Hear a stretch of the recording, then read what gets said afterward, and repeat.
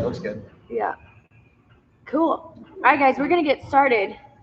Let me contain my child.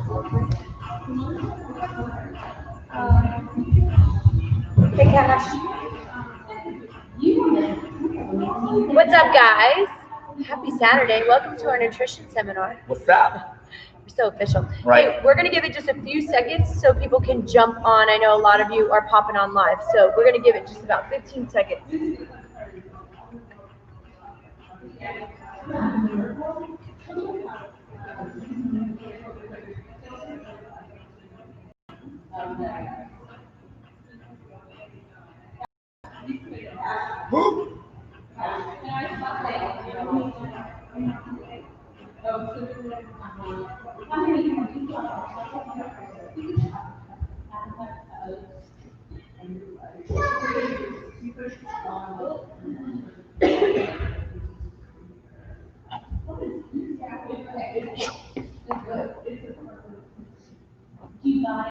Oh, yeah.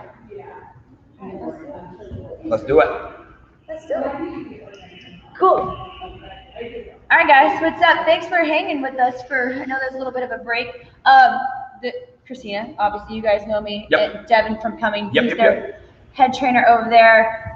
We wanted to kind of get together. I know we've got Cumming people watching, and some of you are here in Alpharetta, but really the goal of today is just really going over the stuff that we go over in focus meetings, but allowing a little bit more time, having you guys really understand nutrition from the core of it. My goal is, especially for my ladies, to get out of that mindset of eating less, weigh less. Like, yes, that does apply, but not long term. All right, so just understanding where you guys should be with calories, understanding sources of food, and really just giving you guys that knowledge, because once you have it, it doesn't go anywhere. And you know, any trainer over time has gained that knowledge, and it doesn't leave us. So that's kind of the goal for today.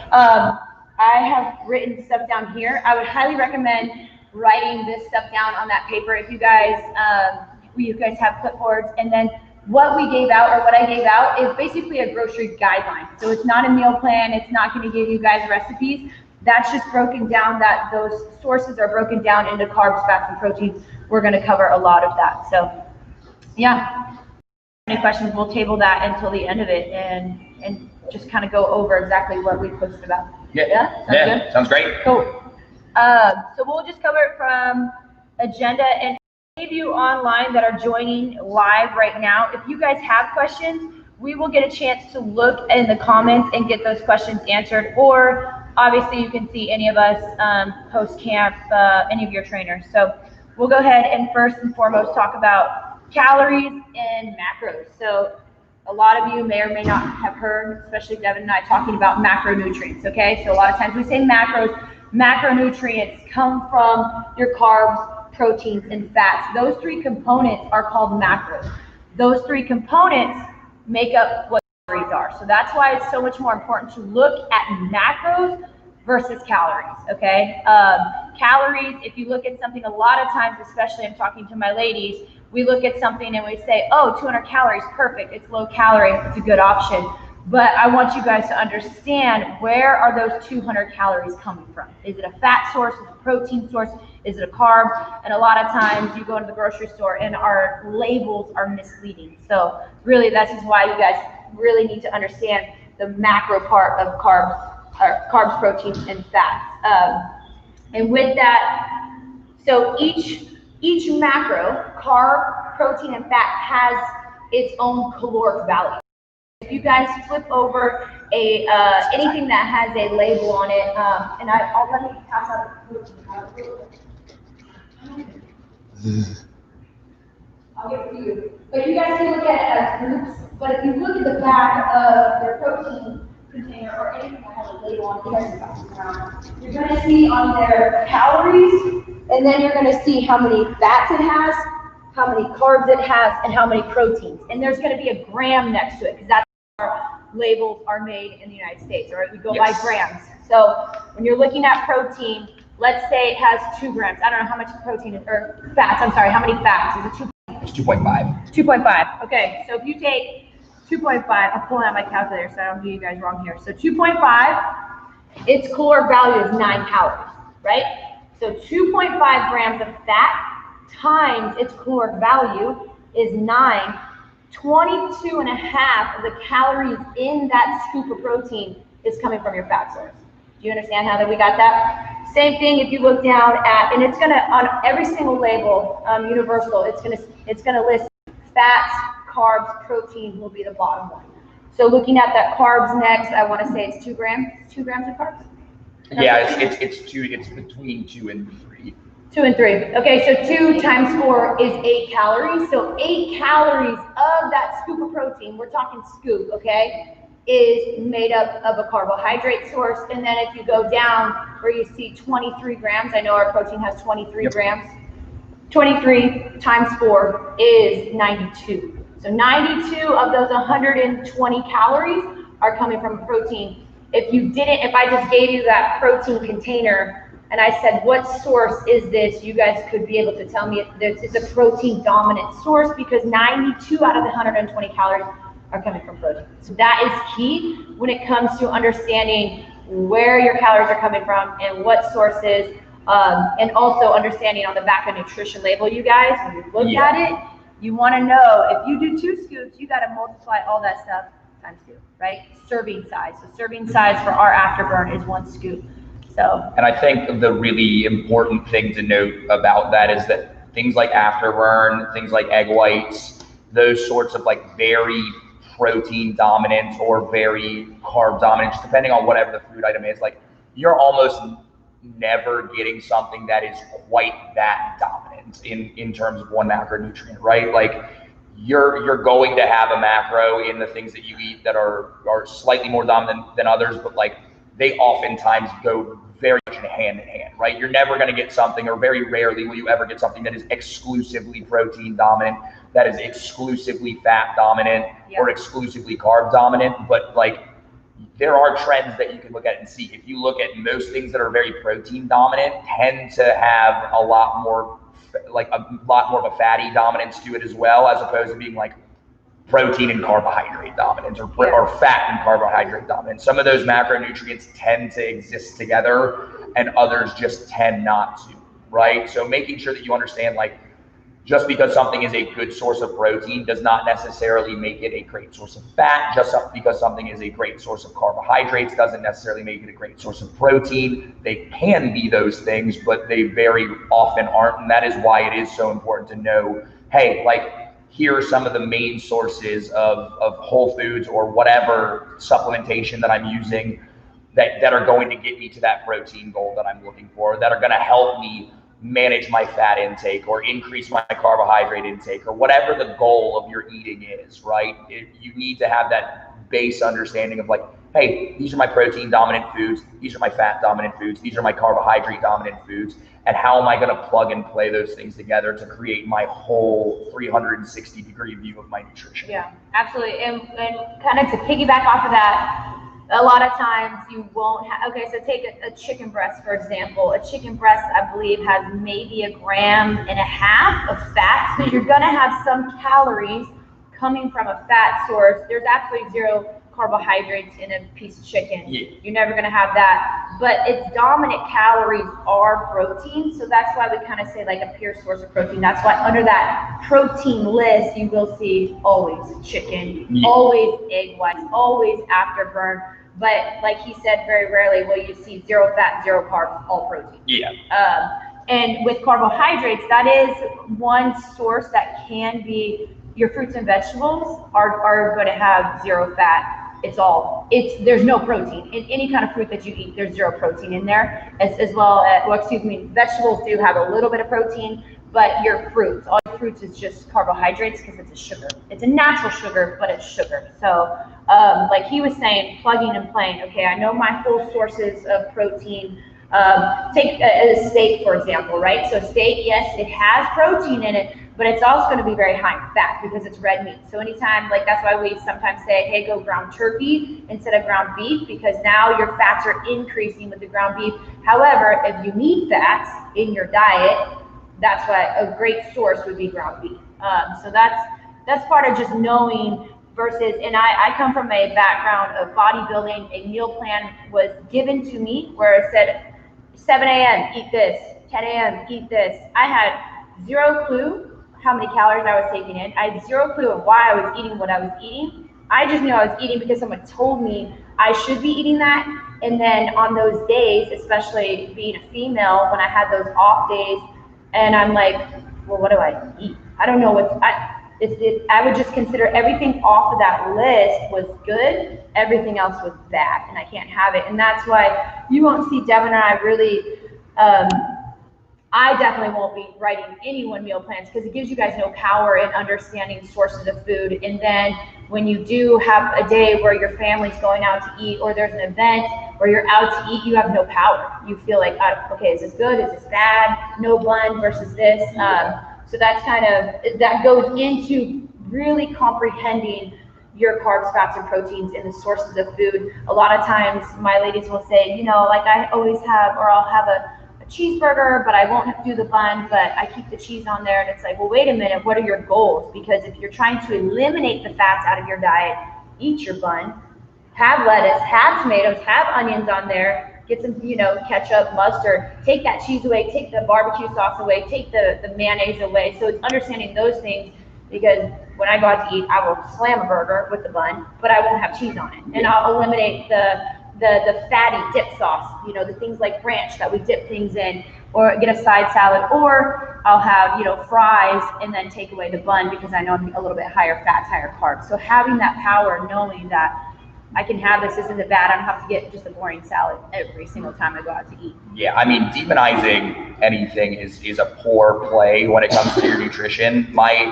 I know most of the coming folks that have had focus meetings with me, like, there are things that I like to tell you to watch and be aware of, and to monitor and moderate and not have on a regular basis. Like, some of those things that really come to mind, like alcohol, processed sugars, like even cheese to a degree, like tons of it is not optimal for your nutritional journey. But like, there is no such thing as a bad food. I truly believe that there's no such thing as bad food for you, right? Like, is it not healthy? Sure, even those choice of words are kind of not correct in my mind. There are things that are goal aligned, and there are things that are soul aligned, I guess is the best way to put it. Like, dude, having a glass of wine is probably going to help you feel happy at some point. It might be a stress relief. It might be like, dude, that chocolate bar might be something that you have every once in a while when you're having a crappy day and when you're really struggling, you know, mentally or whatever. And that's okay, right? You're feeding your soul at that point. Like, you should feed your body 80% of the time, 85% of the time, so that the 20% of the time that you need those really soul driven sort of choices, that it's okay. And you're not going to have to worry about that sort of stuff. Right. Yeah, and it, you know, like for example, last night I had 2 Oreos, and I kind of laugh about it because I'm like, this is not doing anything beneficial for me, but it's also not hurting me because I'm not over calories right now. It's just kind of, I wouldn't say empty calories, but it's not going to fuel my body in a workout tomorrow. But at the same time, I'm not going to shame myself. So that's at 20% where I'm going to eat it. I'm not going to feel bad about it. Things like that in my house, I like to portion out. So Sam's Club has like packs of 2, and I'll just eat one. And I'm like, okay, if I go back for another, then I know I'm really kind of dipping into, maybe now I'm going over my calories. But that kind of stuff, again, like a lot of times, especially ladies, have it in our minds to restrict the carbohydrates. Don't eat, you know, eat less, do more, eat less, do more. And we'll cover more of that in just a moment. Yeah. But the base of it is food is fuel, right? And a lot of you have probably come into a workout depleted, which means you maybe haven't had enough food for the day, or you're on an empty stomach and you feel exhausted, you feel slapped around, or maybe you've come into a workout and you're fueled up correctly and you can get through a workout and you feel great. So that's why if you look at food versus a relationship with food, ladies, I'm talking to you, and we look at it as more of, okay, I'm eating this to fuel my body. I need this energy for today because I don't want to midday drink that energy drink or crash, or, you know, have to get that you know, coffee in the midday. If everyone in this room properly eats food for their body and the proper balanced diet, I can assure you, you would not need that midday coffee or that midday nap. You would have enough fuel to get through the day and energy just based off the food you put in your mouth. So that's kind of the goal, is to just looking at that way versus this is going to make me do that. Yeah, dude, I think that's a great segue too, to talking about like probably the most talked about question that I know that I get asked, and I have been asked my entire training, like, hey Devin, how many calories should I be eating? Yeah. And it's just super, like, that question as a trainer is so very nuanced. Yeah. Like we could probably do several seminars about that by itself, but there are some basics that I know Christina and I both want to impart on you guys really quickly. And that's talking about your basal metabolic rate and your total daily energy expenditure. And then we can go a little bit more in depth on like how you make a good discernment about how many calories you may or may not eat, right? Yeah. So your basal metabolic rate, your BMR, there are letters and words to you right now, but at the core of it is like, how many calories does my body naturally burn at rest, right? Like if I sat you down on a couch for an entire 24-hour period, your body would still burn calories, right? Your vital functions, anything that you do, just keeping you alive requires energy, and that energy is burned in the form of calories. Correct. Right? So there's a formula that you plug in a bunch of numbers, you plug in age, various things, and it'll give you a rough estimation, a pretty close rough estimation of like, hey, here's how many calories you can expect to burn that day, right? Then when you take that number and you multiply it by an activity factor, right? There are various numbers that are associated with like the level of activity that you do on a daily basis. That includes your job, that includes your exercise, that includes, for my moms, like chasing around your kids, all those sorts of things. Multiplying by that number gives you this number, which is your total daily energy expenditure. That's like, hey, my basal metabolic rate, how much I burn if I do nothing, times how much I actually do every day. This is about where I'm at burning every day, right? You have various numbers, like people that work a desk job and don't do a lot of movement throughout their day versus people that are waiting tables, or like construction workers doing a ton of physically laborious stuff for their job and throughout their day, are going to have very different caloric needs, right? Yeah. So, I mean, that's the like kind of the short of all of that stuff. So, really, to know how much you should be intaking, you have to know these two numbers about yourself. It's like going to a doctor and saying, hey, I'm going to put you on this medication, and not knowing your stats. Well, how much do you weigh? What's your age? You can't throw a number out there. And I'll just put a blanket statement over 1,200 calories is a child's diet, and I preach this all the time. It's a very, very low calorie diet. Now, a lot of us may be there because over time, that metabolism adapts, and our bodies are intuitive. Things adapt. So if we're decreasing food, it takes about 6 to 8 weeks for that adaptation to happen. You can't damage a metabolism. Hear me now, you cannot damage it. You can slow speed it by what you give it, okay? And then the other thing is your leptin. So the hunger hormone, you know, that thing that goes off and you're like, oh, I'm hungry, give me something. We call it like hangry. That also adapts and goes high, low. And basically the levels of that leptin get kind of screwed up when you start dipping down in 1,000, 1,100, 1,200 calories. So your leptin, your hunger cues, can be kind of basically jacked up because you have put yourself so low for so long. So I hear it all the time. This is 1,200 calories. Well, I'm not hungry for more. I get that, but that's why that gradual increase, you've got to get to where you need to be to kind of reset inside. Because over time, your body, it's just intuitive. It's a beautiful thing, right? When you're hot, you start sweating to try to cool yourself down. When you're cold, you shiver. Your body's just intuitive to try to keep you functioning. So I know maybe some of you have been, I don't know how to eat more, and we'll cover that in a moment, but these two things, you guys, you must know about yourself. Again, there's formulas. I also found a macro calculator, and YouTube, you guys, we will plug these in on the comments below so you can do this yourself, but I'm not by any means promoting this Fitspo, but she's got a great macro calculator, and I know my clients, we've gone over this before, but if you go to paigehathaway.com, you can write that down, and under her tab right here, if you go to macro calculator, it's going to ask you your age, your height, your body fat, if you know it. You guys can always get that from me or Devin. And it's going to ask you, what does your daily activity look like? Are you sedentary? Are you active? How many times a day or how many times a week do you consistently work out?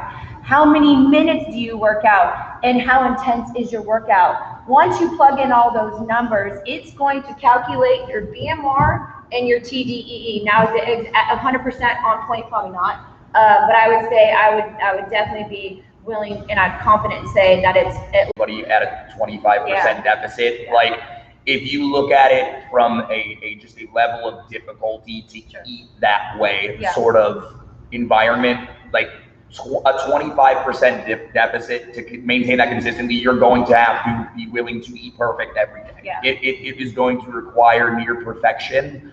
And I would never want to live my life in such a way that I felt like I could not enjoy things that I enjoy regularly, right? Like, so unless you're willing to sit down and be very, very honest with yourself and say like, hey, I'm willing to sacrifice almost everything else in pursuit of my physical adaptations that I'm seeking, you don't need to be in a 25% deficit. You just don't. Absolutely. So in that, you guys, if you're in the app right now, you see that 25% deficit is considered absolutely reckless. Yeah, it's reckless. It's not good. And the scary part is a lot of you online and maybe in the room are at like a 50% deficit. Yeah. Extreme deficits. And that's where that negative adaptation happens. And that's where that body fat just likes to stick. Yeah. It's not about cutting the calories and go low, go low, go low. Really, if you guys are eating 1,200 calories, for us to see a change, we've got to slowly bring you up, or we've got to take you back down to 1,000. And then once you adapt to 1,000, we got to take you down to 800. And before you know it, you're starving. Literally, physically starving, which we would never do. The best quote that I've ever heard from anybody, and I wish I could remember who I heard this from, but it's working hard and eating less can only work for so long. It's only gonna, like, you can only look at life as like, I'm gonna grind harder and I'm gonna eat less food. And that might work for the first month of your journey, right? I know everybody has probably come into Burn Boot Camp, like gotten their nutrition cleaned up a little bit and worked really, really hard in camp and seen results. And like, that's exciting. And like, we're excited for you. But if you're not eating at a level that is sustainable, like that's when you see those frustrating plateaus that can go from weeks. You come in for a focus meeting and then 4 weeks later you're back and you're like, dude, what's going on? Right. Like, why haven't I moved? Why is my body fat percentage creeping up again? Why is the scale not showing me anything? Why am I feeling like garbage during all my camps? And like, you have got to be willing to trust the process, and you have to really do some focused nutritional planning. You have to do some really focused soul searching of like, am I willing to trust, Christina or I and what we have to tell you enough to try something different? Because and the thing that I want to impart on people is like, if what you're doing isn't working, like it's still gonna be there if you need to come back to it. Like, I promise you, the option to eat less food and come in here and run yourself ragged will always be there. Burn Boot Camp's not going anywhere. The ability to eat less food is never going anywhere. But what is going on is your process is extending out in the time it's going to take for you to see the results that you want to see. It is, right? Every week that you go about continuing to underconsume, every week that you continue to stubbornly like, nope, I'm going to stay at 100 calories. Nope, like I'm going to keep doing what I'm doing.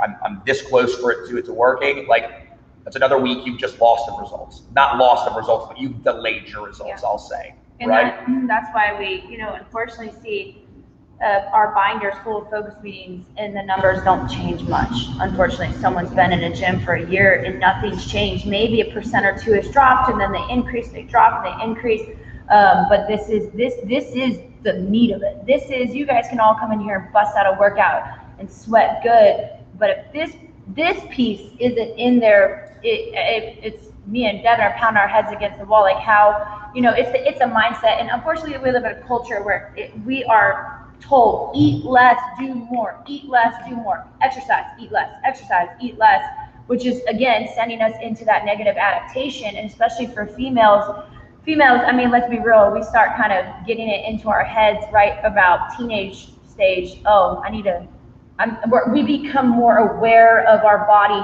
versus a male, and we start going on those yo-yo diets. Maybe I'm going to cut this, I'm going to do this, it's up, down. And over time, especially females, what happens is when your body, if your basal metabolic is 1300, okay, and you're eating 1100 calories, your body inwardly says all these other extra functions, boom, boom, boom, shutting you off. I just got to keep you going. So a lot of times females, especially my mom, sex drive, boom, gone, see ya. I mean, energy, bye, you know, the ability to, it can play with your cycles, all these things. These are hormone functions that females have that don't properly. One of the biggest things I've seen is thyroid stuff. The thyroid, high, low, I can't. And then what does the doctor do? Instead of a doctor looking at the root of it, just puts people on medication and doesn't go into the depths of why things would be not functioning right. And it's a food thing. It's 100% food thing. I'm not a doctor, but I've seen it time and time again. I'm not a doctor, but food is, I can speak very wholeheartedly that food has been some of the best medicine that I've ever had in my entire life. And like, I'm sure a lot of people can relate to tons of physical stuff, but like, I truly believe that like eating right, being physically fit, and like having a healthy diet has helped me, my ability to focus. It has helped my ability to like enjoy life. Like it helped it really did help my depression. Like being well fed, not being exhausted all the time,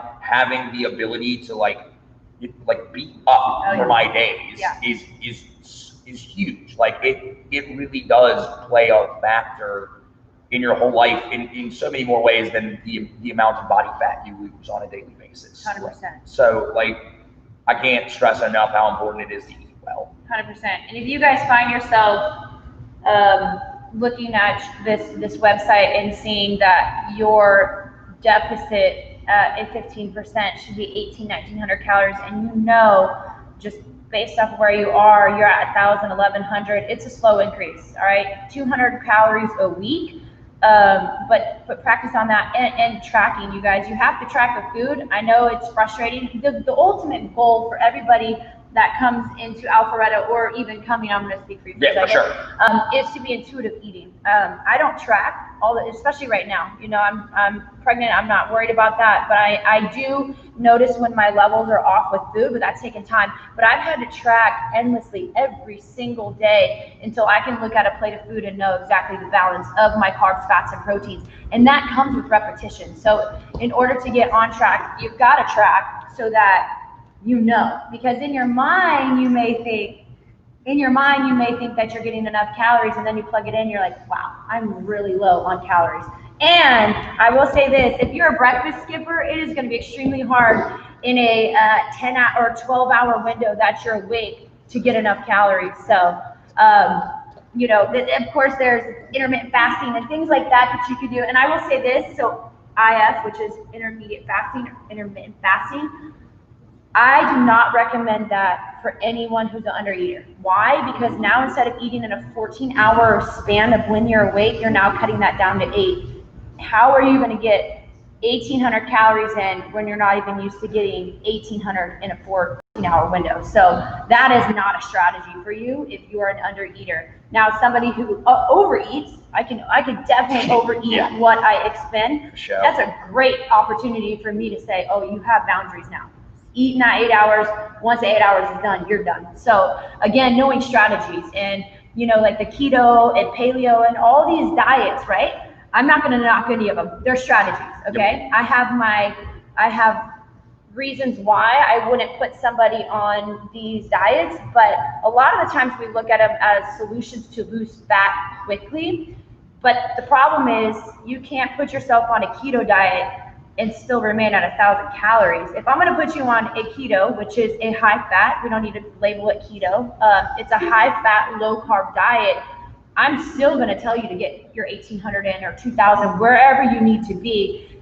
I just find it more difficult on a high fat, low carb diet to get that much calories in a day, unless you're used to it. And so you're just killing it. Like you're taking me exactly to the next place that I wanted to go anyway, is like,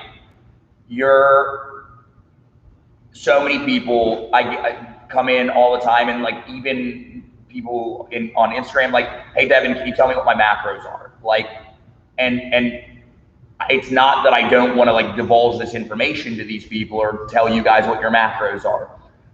But if you're eating 1,200 calories a day, like it doesn't happen. It truly will not make a single 0.01% difference in your body composition, in your performance level, in any capacity, because you can't get your calories in. Like your body doesn't care if it's getting 1,100 calories of those 1,200 from protein and 100 from carbs and fats. Like all your body knows is, dude, I need more food. Yeah. Like I need fuel. So like if you have to make a hierarchy of your nutritional goals, start off by being able to eat enough food and make those food choices healthy, right? That does not mean like, hey, Devin says I need to eat 1,800 calories, so like I'm at 500 today, now I'm gonna go slam a whole large pizza. Like, boom, calories, done. Like, well, hold on, let me rephrase that. You could do it that way. I'm not gonna say you couldn't. I would posit that it's a really poor decision because you're not gonna feel super great, right? So, and when we eat, so like if we go to Chick-fil-A at lunchtime, because we've skipped breakfast, because we've been drinking our coffee and it sustained us and it even decreased our appetite, we eat Chick-fil-A, we're not going to eat again until probably dinner time, right? Yeah. That stuff is so high fat and it's not the best food for you that you're going to feel extremely full off of it for a good 5 hours before you can even stomach another meal. So again, eating a large pizza would probably sustain me, not calories wise, but just the heaviness of it for a good 4 hours, and then I'm missing out on another meal opportunity. Yeah, for sure. Like you can break down your nutrition pretty easily. Like get as much of your calories from whole food as possible and eat all of your calories daily is step number one, right? Consistently, and by consistently, I mean like I want to see you capable of doing that for more than 4 weeks. I want to see you do that for an entire month. Daily. Hey Devin, I got at least this many calories and I didn't also overeat by 1,000 calories, right? I stayed in my caloric range with regularity and I ate mostly good food to do it, right? From there, yes, it is very important to make sure that your goals are aligned with the way that you're eating, right? If I would feed a youth athlete very differently than I would feed an office manager's. Like that kid is moving for several hours every day. Calories, they're probably going to need a higher carbohydrate intake to sustain that athletic performance. Like somebody that sits at a desk all day, I'm not going to make an intuitive decision to like make 50% of their calories come from carbohydrates or protein or something like that. I want them to eat a much more balanced, regular diet, but that's only after they come to eat and they can come and eat their calories inconsistently. And from there, there's several layers below that truly for most of our purposes are pretty unimportant, like making sure that I get enough sodium in every day, or I don't overeat on sodium, and I don't like I've got enough vitamin A or whatever. That stuff is also tertiary to the process of body transformations and feeling good, looking good. But like hit my calories first, then let's talk about dialing in our macros. 90% of us are just where we need to be eating enough and eating the right foods and understanding what we should be eating pre-workout and post-workout. All the other stuff is a little bit more advanced, if you will. Yeah, for sure. And I will say this, that I want you guys to have a mindset. It's better for me to eat enough and have a mediocre diet than for me to eat nothing but whole foods, pretty organic, all that stuff, and be under eaters. Like it's not beneficial. One thing, those grocery lists that I gave you guys, I'm not the biggest fan of, and I really don't want you to pay attention until you are where you need to be with calories, is eat this, not that. It's so much swapping, all right? So if another example, a lot of times cauliflower, I think it's a great option, absolutely. But if you're under calories, don't use cauliflower rice. Why? Because it's so low in calories. What you want to do is use that as like a vegetable supplement, right? So I'm eating my jasmine rice, and now I'm going to put some cauliflower rice on top of that with some chicken. But I'm not using that cauliflower rice as my rice substitute. Maybe I would, right? If I'm an overeater, then I would need to pull out a lot of those carbohydrate calories and reduce them down to maybe that rice texture, but it's actually cauliflower. Does that make sense? So a lot of times we do that swapping, and we shouldn't. Same thing with like a low carb wrap. Don't go low carb wrap if you're at 1,200, 1,300 calories. go for the tortilla. Eat like, food. just eat it, you know? And again, that's the strategy. Now, if somebody is coming to me and they're obese and they're overweight and their daily energy expenditure, how many calories they burn in a day is at 2,500 and their food log says 4,000, I'll be like, hey, okay, so see this rice that you ate at 3 cups, let's pull that out and change it out for cauliflower rice. Because now it took that person from like 600 calories, now I'm cutting it down to maybe 200 or 150. But our under-eaters don't need to have that mindset. We need to reach for the whole foods, the actual calories, and not trying to cut the carbs. Yeah, I think that's a great point. Like, people hear the words whole foods and default to like fruits and vegetables. Yeah. Right? Like, that's the default mindset is hey, fruits, veggies, that's all I'm eating. Like, let's pump this into my body, but not that. Yeah. Right? Like, grain sources are whole foods too.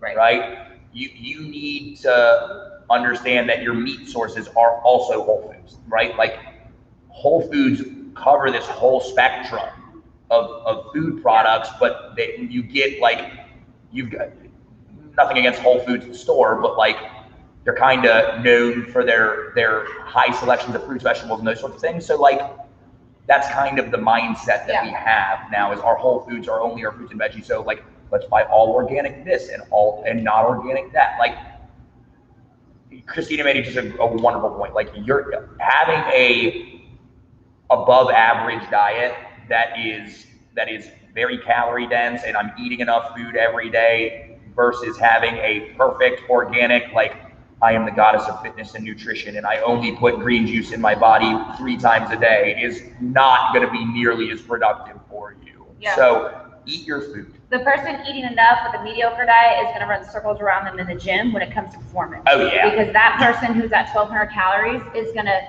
have that look on their face like this is the punishment, and it is a punishment. I mean, not really.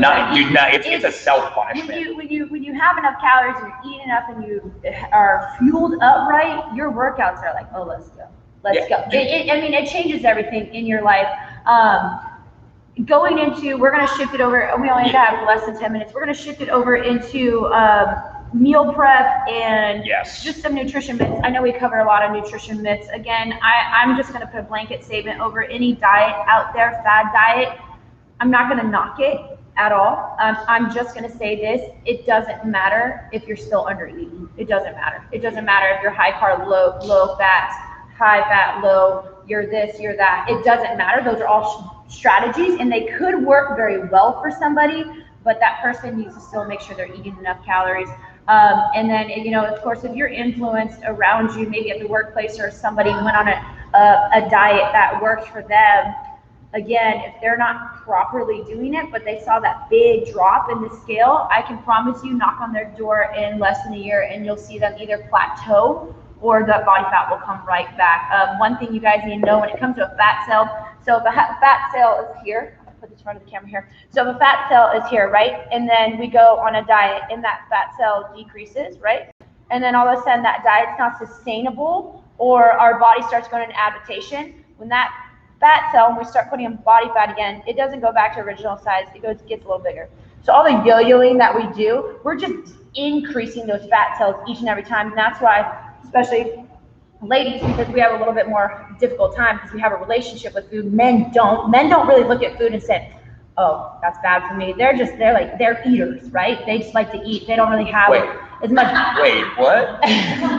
I can just eat whatever I want. No, You're telling me I didn't say that. I just said they're not as sensitive to food. For sure. That is a fact. Yeah. Right. They're just like, give me food. I'm hungry. Let's go. I don't care. What time is it? 10:30? I don't care. I'm going to eat a bag of chips. They don't care. Anyways, it's a little bit easier to work with that versus the mentality of a relationship with bad food. So where I was going with that is when we yo-yo diet, ladies and men, if you're in this, we're honestly just those fat cells that we have. We just make them bigger each time that we go high, low, high, low, high, low. And then, I will say this, when we go into, for example, when we have children, when we're creating babies, if we're just not getting enough, I mean, if I was eating 1,300 calories right now, you would see that my body fat would be higher and higher and higher and higher and higher and higher and higher. And then after I have the baby, guess what? It's gonna be 10 times harder for me to get that body fat off. Again, another reason to be eating it up. So we're going into meal prep now. Dude. Meal prep. Jam. Yeah. So meal prep looks different for everybody. Obviously a lot of you who know me, I have kids, I'm at home. I do have the luxury of being able to go home for lunch, and so I don't necessarily need to be putting everything in a container and carrying it with me and microwaving it at work and stuff like that. So it looks different for everybody, but I will say you cannot achieve your goals without something prepped at home. I would definitely say prepping ground turkey and adding that to things. I would definitely say having enough, something we do in our house a lot is like canned chicken. And we add that to wraps and sandwiches. But I know going into the week what my protein options are, what my vegetable options are, and having enough fruit and carbohydrates. Now, you can kind of lay it all out and kind of pick and piece and put it all together as you go if you live that lifestyle, or you can do a big meal prep on Sunday, but you can't go into the week. No one should be leaving their house for longer than an hour without something packed. Then you're asking to stop by a place, and I would say never allow yourself to get to that hangry point, right? Because if you do, it's the first fast food restaurant you see that you're like, what's up? I need a number 2, extra large, Diet Coke, screw the water, give me all the bad stuff, because we're hangry. You know, I've done it. I've done it. Don't go, like, I know it's funny. You know the hangry? Oh, you hangry, you mad. No, don't get there, because it's a place of being desperate. When we're desperate, we go to pretty low places. Survival. Yeah. It's literally survival. Yeah. I know we laugh about it. It's really not funny. Truly, that is the modern day, caveman hasn't eaten for a few days. Yeah. Now I'm gonna go try and Chick-fil-A, let's go. I'm gonna go try and kill that Chick-fil-A woolly mammoth really quick. You know what I'm saying? So and then it's overeating, and then it's decision fatigue. At that point, the less everybody can attest to the fact, it is way easier to make a solid decision about anything the more comfortable you are, right? Dude, that bear cave sounds really good when you're stuck out in the snow, but in your car, you're like, I'm not going in there. I just saw 3 bears walk in there. You know what I'm saying? And so it's not, the more uncomfortable you get, the stupider you become, truthfully, because you become very unintelligent when you're uncomfortable. And I think what Christina said about meal planning is super important. I advocate for 95% of the population, prep your ingredients, not a whole meal, right? I'm pretty type A and atypical when it comes to meal prepping. I eat the exact same thing for breakfast, lunch, and dinner 7 days in a row. My snacks are all pre-planned out. But the thing that I try to impart on people is my goals are very different than most people's fitness goals. I want to look, don't get me wrong, I want to look good. I want to feel good, the very basic reasons, but I'm also treating it more like a sport and more like an athletic pursuit than I am treating it hey, I'm just trying to be happy, healthy, and whole. So for me, it's a performance enhancement technique, as opposed to for most people where it's dude, I'm trying to eat healthy 80% of the time so that I can look good when I take my clothes off and so that I can feel good when I go to work out every day, right? So ingredients instead of meals, right? Have staples in your diet. For example, if you do ground turkey, let's just say my husband and I would make up some ground turkey and I'm this is gonna hold us for 2 days. I might do an egg with some egg whites, mix that up, heat my ground turkey up, put that in a tortilla with some salsa, maybe some spinach in there, and have a breakfast burrito. So it's ground turkey, which a lot of times people may use that for a lunch ingredient or for dinner, but now I'm including it into my breakfast. Now, for lunch, maybe I do another tortilla, because I have a lot of carbs in my diet, and then I use that ground turkey again, and I make a little bit of light cheese, and now I make a quesadilla with a salad on the side. You know, we can do that for 2 days in our house, or I make that ground turkey and I put it over some rice with some vegetables, and now I have more of a stir fry. But that ground turkey, there's so many ways of using it, but if it's not cooked, what am I gonna reach for? I'm going to Chick-fil-A. Be creative, first and foremost.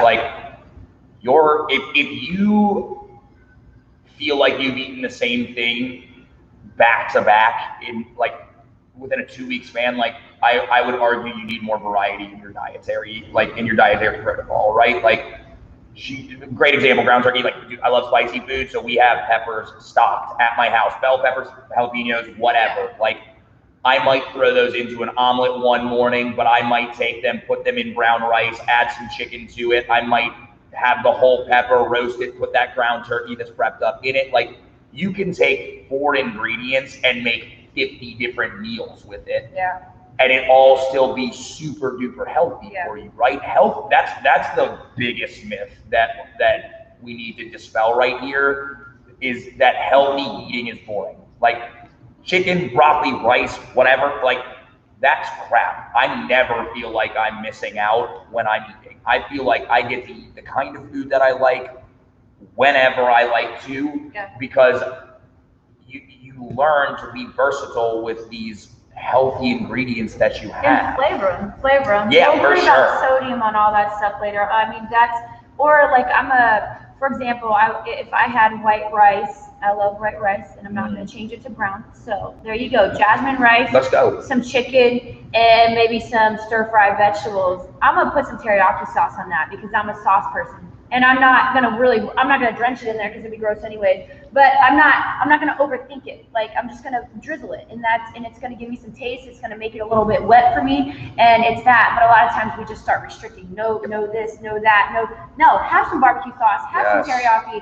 I would say, if anything, go to the sauces and the condiments that are low in fat. So organic ketchup, I love that stuff. It's not super sugary, but I have it on eggs. I have it, however, but it's kind of like my dipping sauce. Mustard, I'll do like organic mustard, teriyaki sauce, barbecue sauce with a little bit of low to sodium. But if I can't find low sodium, cool. I'll buy the stuff that has it's added sugars, but again, I'm getting some calories in there, and I'm not being boring about it. That's the thing. I'll add some salsa in there, or even some avocado salsa, just to make things not so dry. Fresh. And yes. Spice it up. Yeah, absolutely. So and fresh vegetables too, but it doesn't have to be boring. And as long as that stuff is meal prepped in our house, and I will say this as a mom, all right, and if I let our refrigerator get to empty and I'm not stocking our food back up, it first of all, it's so expensive going out to eat for a family of 4 for us, but it's repetition. It's like breakfast, lunch, dinner, breakfast, lunch, dinner. So part of prepping is having enough groceries in your house that's not like, I'm bored, I don't know what I want to eat. Like, go grocery shopping and be like, yes, I'm gonna get a package of Oreos, and I might dip into this 1 or 2 times this week. I can't wait. But with the restricting stuff, like have freedom in that, and that's part of just like having good choices in your house. And it doesn't all have to be like super organic and healthy. Like have stuff that you know that you make, chips and salsa, cool. But do it at a limit. Don't make that your dinner, Put it in a bowl. Maybe you're cooking dinner, have 12 chips and some salsa while you're cooking dinner. If you start restricting, then when that stuff is in front of you, you're going to binge.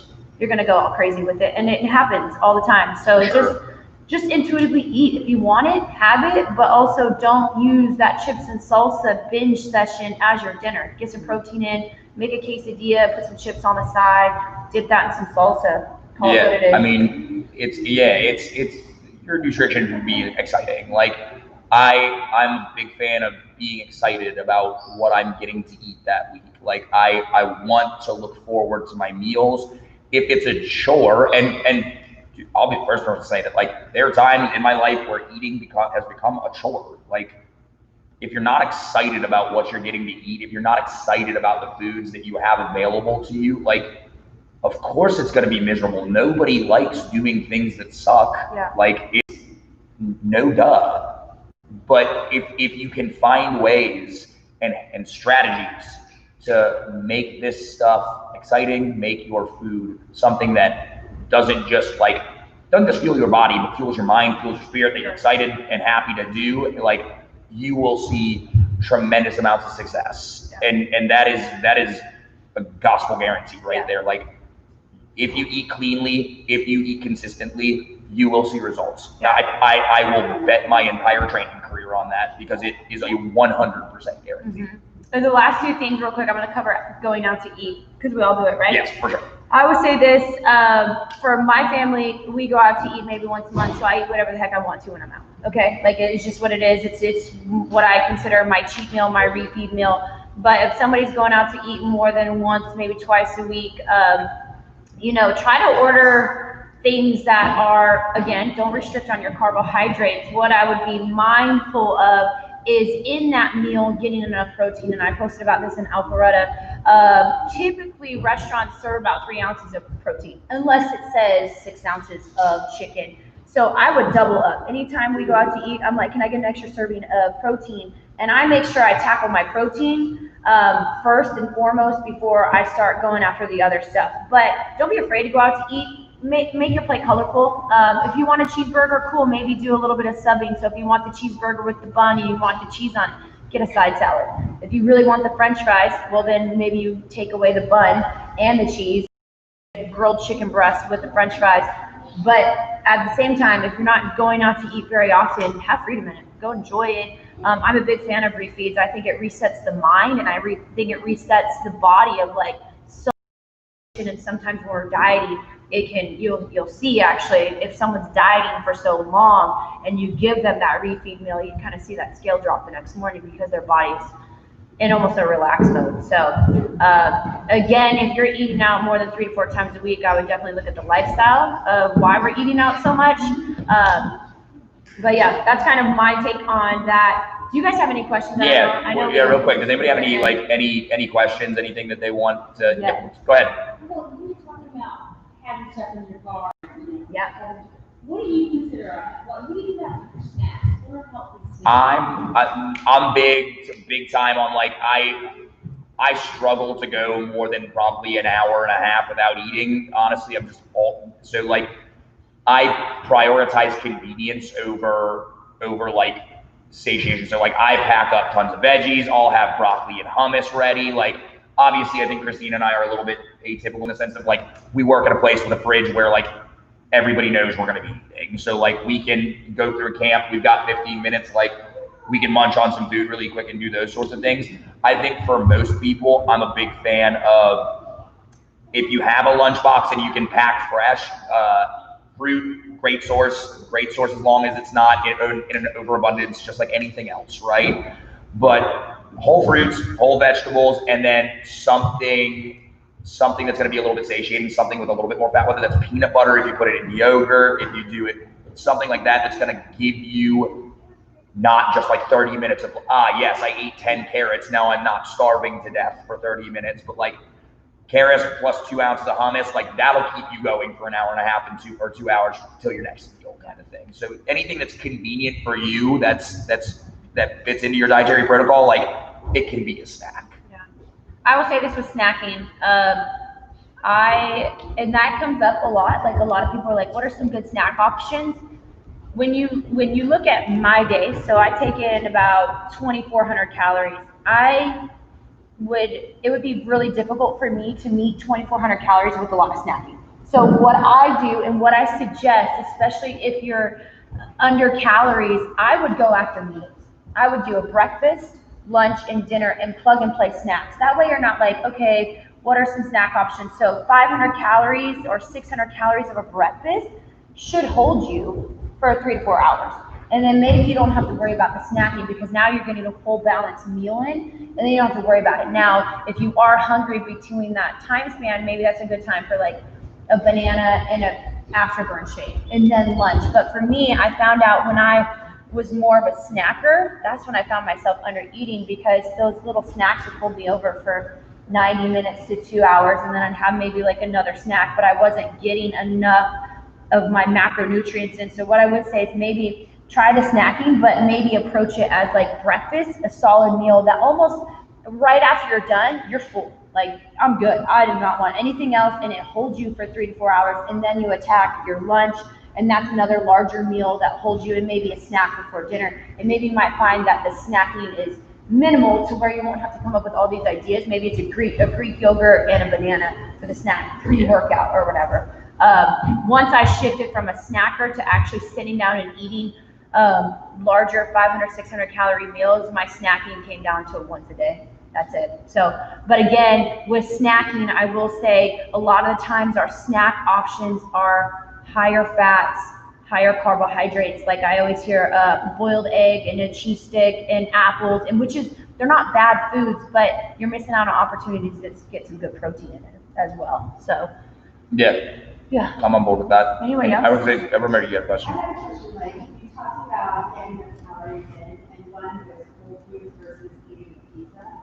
And I was wondering if the type of lean muscle you start to like create off of those calories, if there's a difference in the way it looks, or is it just hereditary?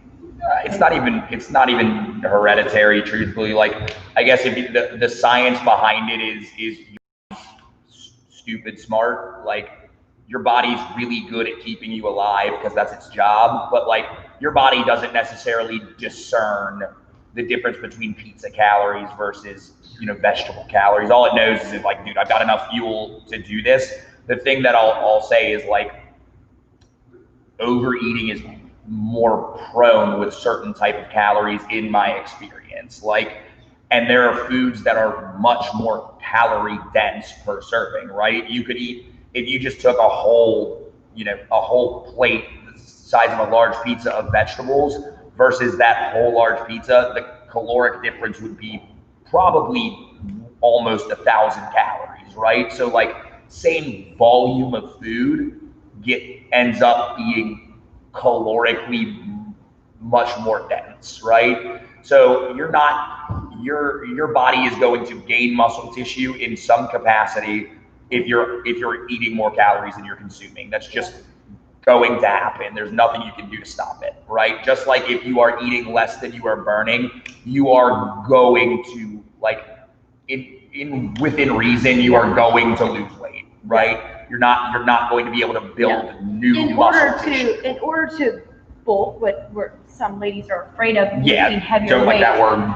you need to be essentially overeating, essentially, for that muscle to get to that place of where now it's being fed, but the body fat is also increasing because you're overeating.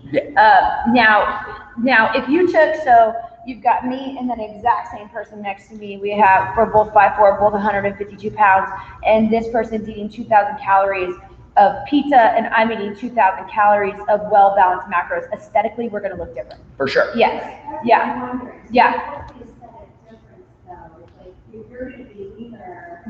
And she's just going to be kind of more. Well, I mean, I guess that brings up the point of like, there's going to be an aesthetic difference in the sense of, like somebody that eats 2,000 calories of garbage isn't going to produce, it's not a different type of muscle tissue. They're just eating things that are more prone to being turned into fat. Yeah, so if they're eating 80 grams of protein and I'm eating 150, my muscles are going to look harder. I may be able to, they're eating enough for their daily output, but it's not beneficial to maybe their goals in building enough lean muscle, because if they're not getting enough protein, right? If they're on the gym floor, they're doing the work of the weights, but they're not being able to properly build it with the protein source. So that's where the aesthetics come into play.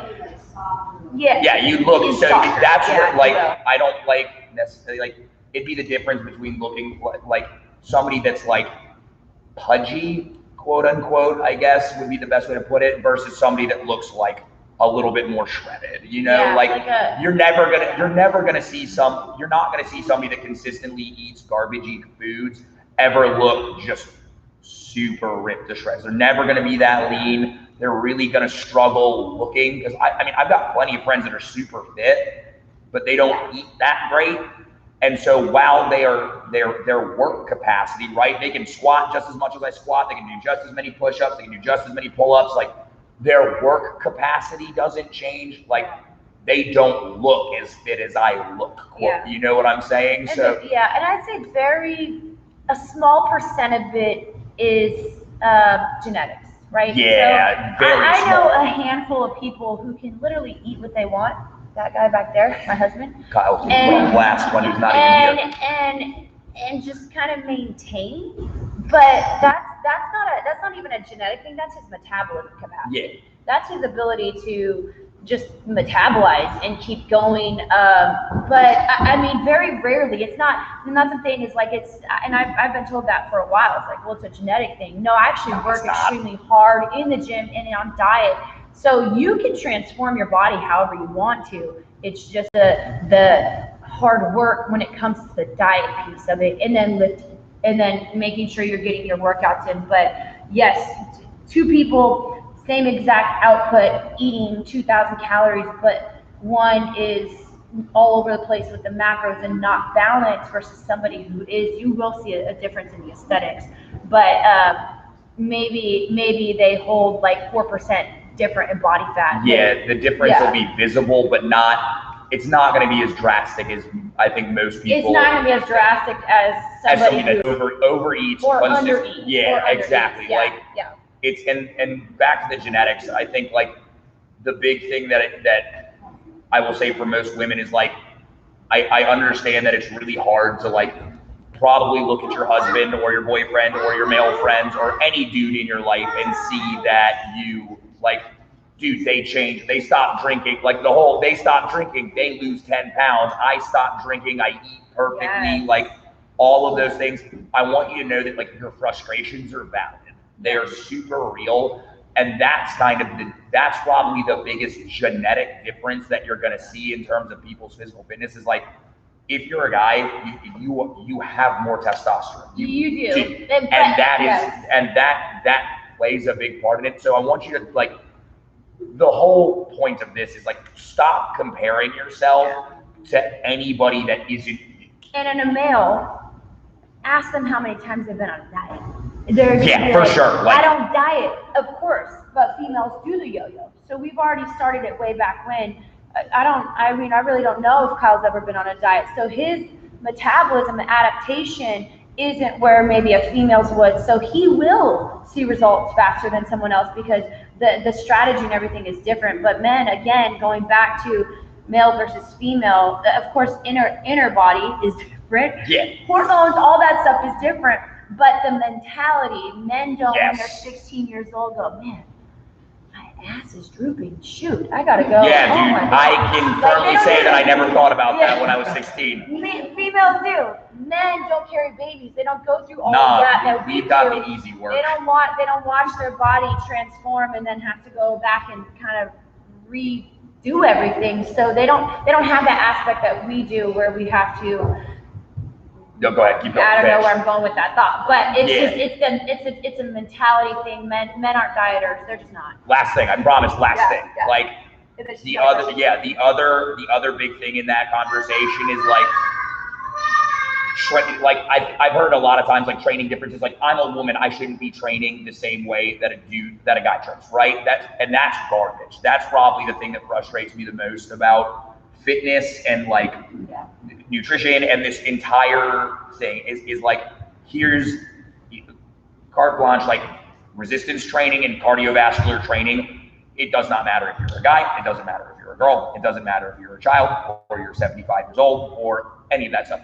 Those things produce the same kinds of results in human beings. Resistance training will get you more muscle tissue. It will cause your bones to be harder, stronger, and in better shape than if you don't do it.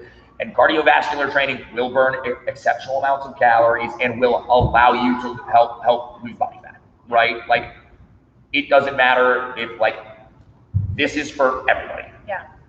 I would be very mad if someone's like, here's Stefan's workout and here's Christina's. Yeah, dude, I would be super mad if somebody came up to me and was like, I can't do your workout because I need to do the female version of it. And females never, ever stop strength training. No, right? never. If I had to put a priority, it's more important than if I had to put a priority over lifting weights versus cardio, I would say stop your cardio, all cardio. Stop the extra running outside. Stop the extra walking. Now, if you want to walk your dog, the dog needs to walk. But if you're doing it to produce more calorie output, stop. Lift your weights.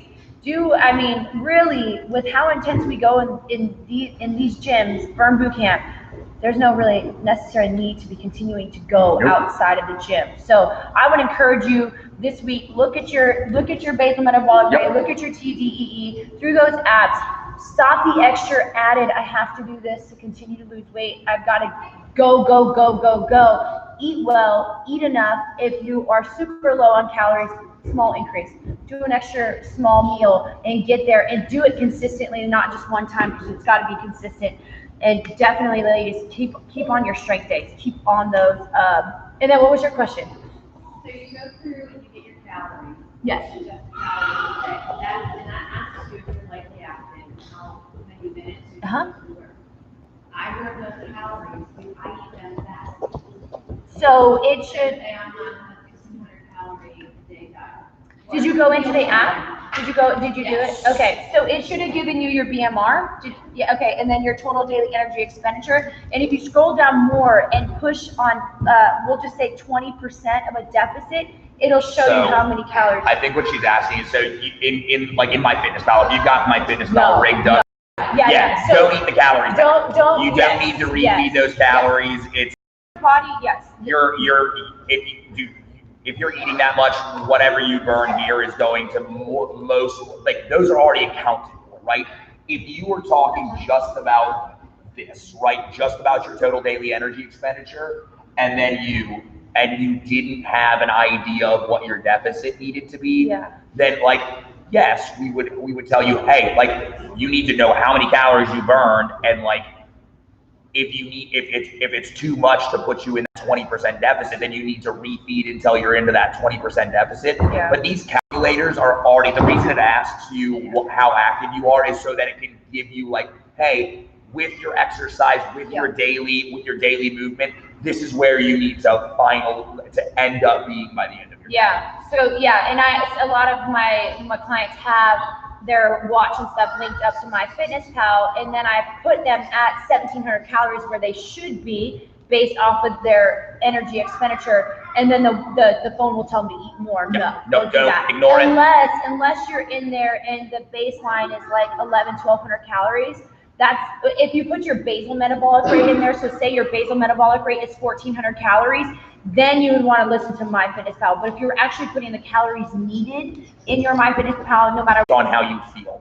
If you thought you were going to get done with that workout and go and immediately throw up, it was probably a 10 out of 10, right? You should live most days somewhere between a 7 and an 8, right?